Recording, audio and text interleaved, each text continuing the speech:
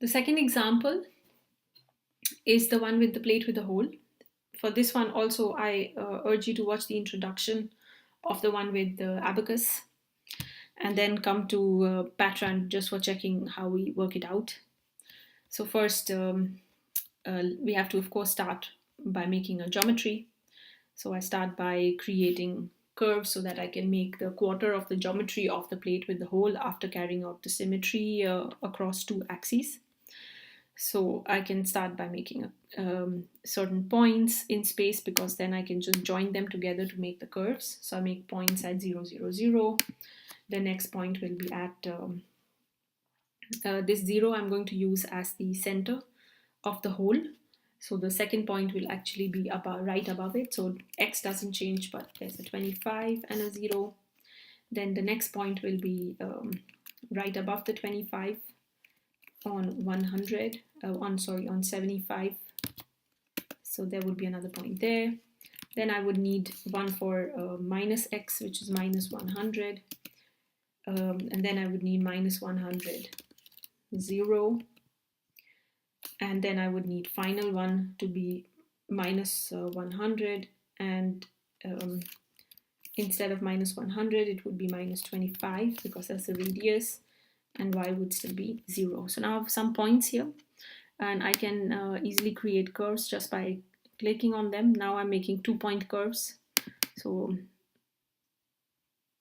here there's one curve, so I hope it didn't make 2, because I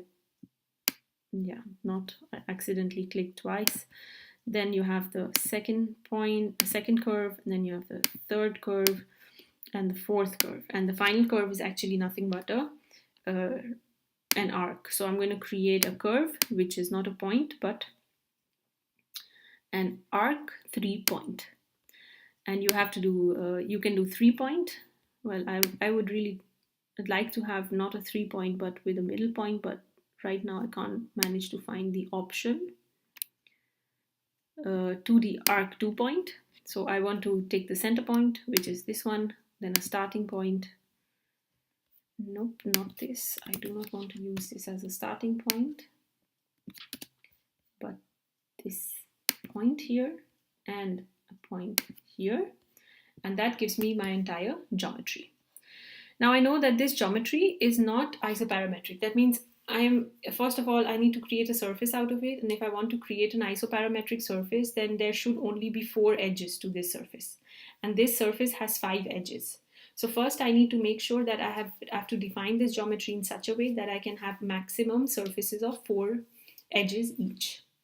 Then when I want to create meshes which are more or less uniform, then I have to try and make sure that this particular section here is sort of squarish.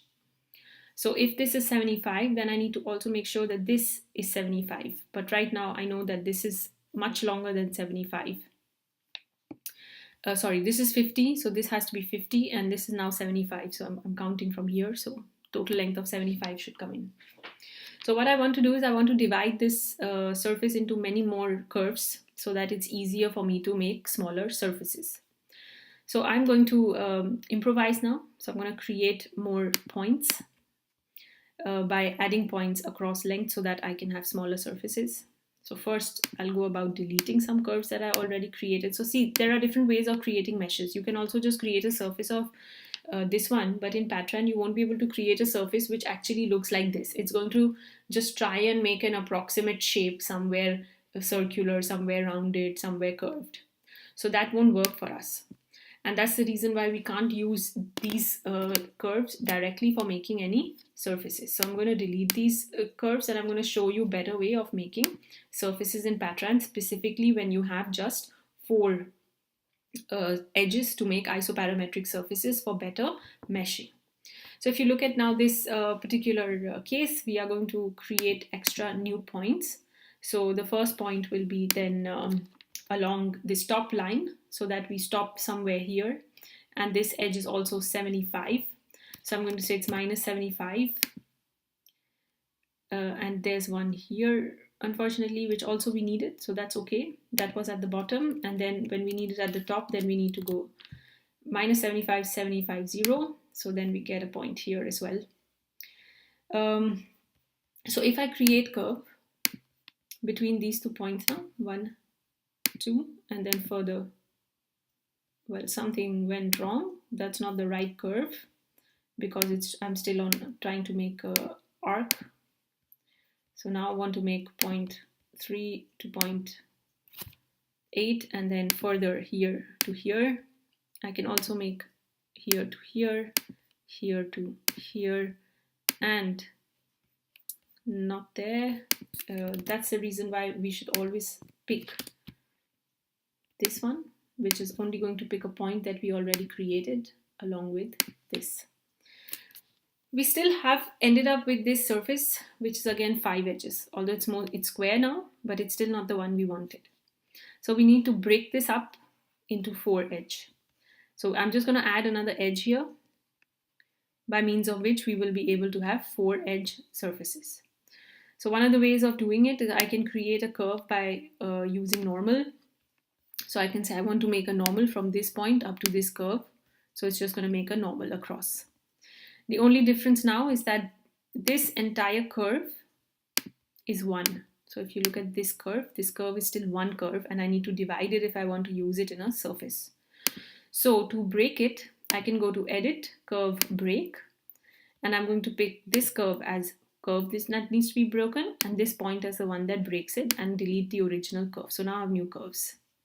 Now I'm going to end up making surfaces. Now this is really tricky. I understand that this is the first time you're doing it, so this might sound tricky, but this is the way it has to be done for PATRAN. Now when you want to make surface for this part, you don't have to pick 4 edges. You can only pick 2 opposite edges, 1 edge and 2 edges. It's going to sweep through and make a surface. So you have a surface here. You see, if you hover over it, it shows you a surface. The same way you can pick this edge and this one, and it'll make a surface. You see that? It's perfectly along the 2 edges. It has all these functions that it extrapolates against, and it finds the right surface for you. So try to always use two curve for making surfaces. But make sure you always have 4 edges in a surface. So now I have all these surfaces that are created. Now all I need to teach you through this example is the meshing. So I'm not going to care about any other properties, etc. I'm going to jump to meshing. So I have surfaces now, I can create mesh. So if I go to create meshing, and I want to mesh surfaces, not curves, and I want to use, I can use both tria and quad. So I'm going to start with the quad, and I will say, okay, you can try the tri yourself, that's much easier. And I say, okay, I want to make a surface, but I haven't put any mesh seed on it. So first I'll put a mesh seed. And I will say, all right, I want to put mesh seed on every curve, and the number of mesh seed is 20. And I'm going to use this 20 over here. I also want to use 20 here, 20 here. This is going to be quite a fine mesh, but I can live with that. And because there are 20 here, it's also smart to have 20 here, then we'll have a uniform mesh. Now I say, okay, I want to have slightly more number of elements because I know the ratio between these 2 edges. One of them, the vertical one, is actually the length is 50. And the diagonal one is therefore much longer than 50. So we can make a quick calculation to see what would be the length of it. So if I'm going to find out the diagonal of this particular square, then it has to be 50 square plus 50 square divide under the square root. So if I go to a calculator and I say, okay, 50 square plus 50 square, and then I do a square root of it, I get 70.71, and I have to remove 25 out of it. Sorry, it was not 50 plus 50 square, excuse me. It is 75 square plus 75 square.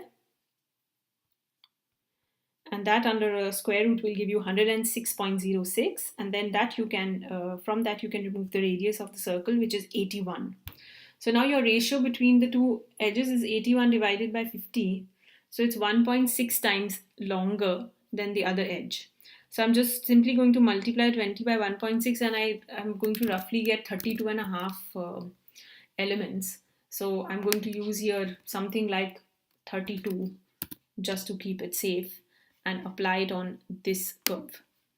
I'm also going to use a relatively small number of elements for this curve and this curve just to complete the mesh. And once my mesh seed is created, I'm going to go to mesh and I'm going to say just apply the mesh everywhere, and I'm not caring about property, etc. And I'll see that I have a relatively fine mesh and quite a uniform one at that. If I actually tweak the number of elements here, I may get rid of these concentrations also. I can also divide it into much smaller parts. So I can make this part smaller here, make it more denser in this area, and then start getting finer outside. I can also bias it, so I have smaller sizes here, larger sizes over there. So I'll leave it up to you for now to get to a best mesh, which is computationally inexpensive, but also quite accurate for your calculation of stresses. But of course, you have to remember that the stress concentrations are all going to be in this region because this is a plate with a hole. So all the readjustment of or distribution of stresses is going to be around the hole. So this area you cannot compromise with the meshing, just as I showed you for the notched plate.